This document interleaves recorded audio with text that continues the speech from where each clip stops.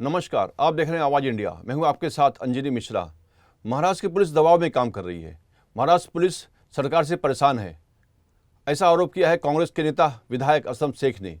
मृत सोमनाथ सूर्यवंशी की रिपोर्ट सामने आने के बाद पुलिस और सरकार पर सवाल उठाए हैं।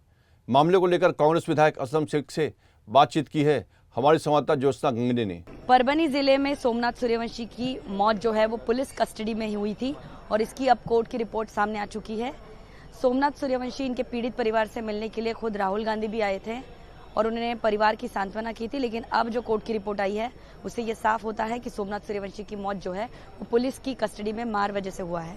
इन सब पर बातचीत करने के लिए हमारे साथ है कांग्रेस के वरिष्ठ नेता असलम शेख।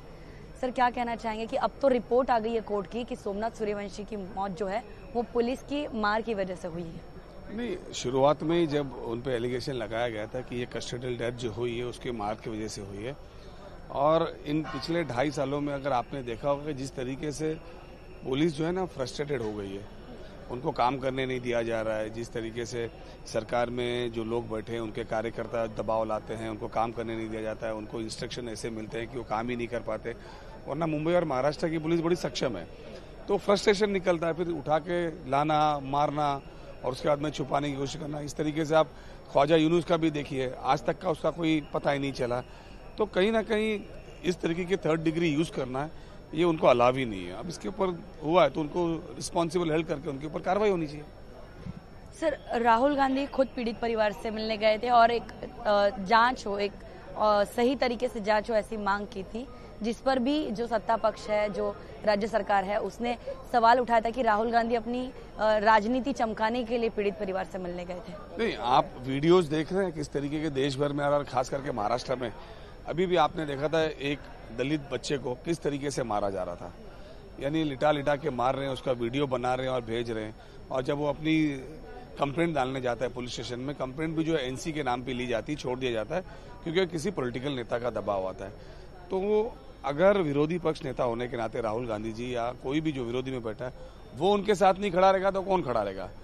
ये जो मंत्री भी जो हैं, जो सरकार के मंत्री, उनके भाषण देख लो, उनके वाक्य देख लो, किस तरीके की बातें कर रहे हैं। सरकार बनने से पहले जब मंत्री बनते हैं, मंत्री बनने के बाद अपने जो शपथ ली है वो संरक्षण देने के लिए, न्याय के लिए, ऐसा तो कुछ इस महाराष्ट्र के अंदर अभी दिखाई नहीं दे रहा है।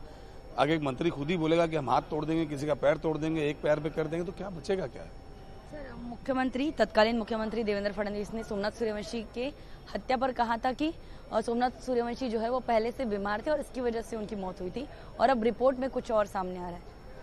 तो क्या मुख्यमंत्री रह चुके देवेंद्र फडणवीस को इस बात की जानकारी नहीं थी या उन्होंने जल्दबाजी में ये स्टेटमेंट दिया होगा, क्योंकि अधिवेशन में ये बात हुई थी? देखिए, ऐसा है, बेसिकली वो भी तो उनके जो डिपार्टमेंट के लोग हैं उनके आंसर के हिसाब से आंसर देते हैं। अब वो तो वहाँ पे गए नहीं होंगे, वहाँ के जो सीनियर ब्यूरोक्रेसी ने उनको बताया होगा कि इस तरीके से उसकी मौत हुई। लेकिन अब तो क्लियर हो गया है, अब तो रिपोर्ट आ गई है कि उसकी मार की वजह से गई है, तो तुरंत उन ऑफिसर को सस्पेंड करना चाहिए और जिन्होंने उनको गलत ब्रीफिंग दी है उनके ऊपर भी साइमल्टेनियसली कार्रवाई होनी चाहिए। सर, भीड़ में जिस तरह से संतोष देशमुख की हत्या हुई, उसके बाद जो कार्रवाई की गई, इसके बाद नागपुर में जिस तरह से हिंसाचार हुआ, पुलिस पर अटैक हुआ, पुलिस कह रही कि मतलब पुलिस की रिपोर्ट जैसे सामने आई। दूसरी बात ये, अभी संतोष जो सूर्यवंशी है उनकी पुलिस कस्टडी में हत्या होती है।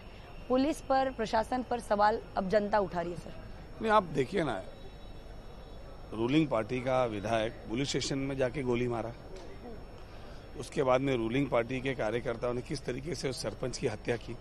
मेरे ख्याल से शायद ही किसी पॉलिटिशियन की इतनी निर्दयी हत्या होगी। उसके बावजूद भी जिस फोर्स से उस पर काम करना चाहिए था, एक मैसेज महाराष्ट्र में जाना चाहिए था कि ये सारी चीजें होंगी नहीं। ये हमारा राज्य जो तो यूपी और बिहार में इस तरीके की इंसिडेंट होती उस तरफ जा रहा है। मुझे लगता है कि जिस तरीके से उन्होंने अभी अपना स्टेटमेंट दिया है उस हिसाब से मुख्यमंत्री ने एक्ट करना चाहिए और लाउड एंड क्लियर मैसेज देना चाहिए।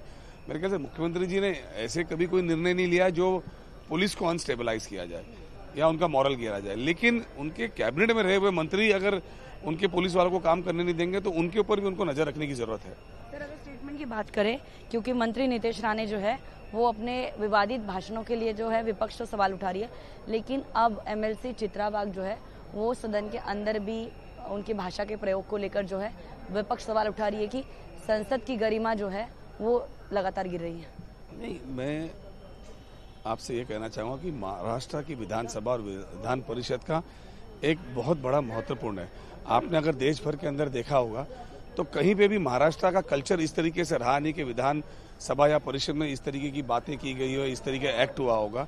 मुझे ऐसा लगता है कि महाराष्ट्र की गरिमा को संभालना ये मंत्रियों की ज्यादा जवाबदारी है। ऐसा कोई विरोधी पक्ष का करे तो समझ में आ सकता है, लेकिन अगर मंत्री लोग और बाकी के उनके विधायक लोग ऐसा करेंगे तो मुझे लगता है कि मुख्यमंत्री ने इन सबको बिठा के एक लेसन देने की जरूरत है कि ये जो है ये रास्ते की लड़ाई नहीं है, ये विधान परिषद और विधानसभा की लड़ाई है, इसको किस तरह से लड़ी जाती है। आखिरी सवाल, क्योंकि अब महाराष्ट्र स्टेट बोर्ड जो है उसका सिलेबस या उसको जो है वो सीबीएसई में तब्दील किया जाएगा और कई भाजपा के नेता, महायुति सरकार के लोग जो है वो कह रहे हैं कि अब जो है मुगलों का इतिहास नहीं पढ़ाया जाएगा, जो इतिहास है अकबर, औरंगजेब, इनके इतिहास को बिल्कुल भी नहीं पढ़ाया जाएगा। तो महाराष्ट्र के जो सही इतिहास है वो क्या लोगों तक या खासतौर पर छात्रों तक पहुंच पाएगा? नहीं, ऐसा है कि देखो क्या पढ़ाना चाहिए क्या नहीं पढ़ाना चाहिए, ये निर्णय वो पढ़े लिखे लोगों पे छोड़ो ना। जो ये जाहिल लोग इस तरीके के स्टेटमेंट देते हैं उनको पहले जाके कुछ पढ़ाई करनी चाहिए। बातचीत करने के लिए तो हमारे साथ कांग्रेस के वरिष्ठ नेता असलम शेख, जिनका साफ तौर पर कहना है कि स्टेटमेंट जो है कि चित्रावाग का स्टेटमेंट वो सदन के अंदर इस तरह का होना बिल्कुल सही नहीं है, क्योंकि सदन की गरिमा की जिम्मेदारी भी नेताओं की, मंत्रियों की होती है। वीडियो जर्नलिस्ट अमरीश के साथ ज्योत्सना गंगने, आवाज इंडिया, मुंबई।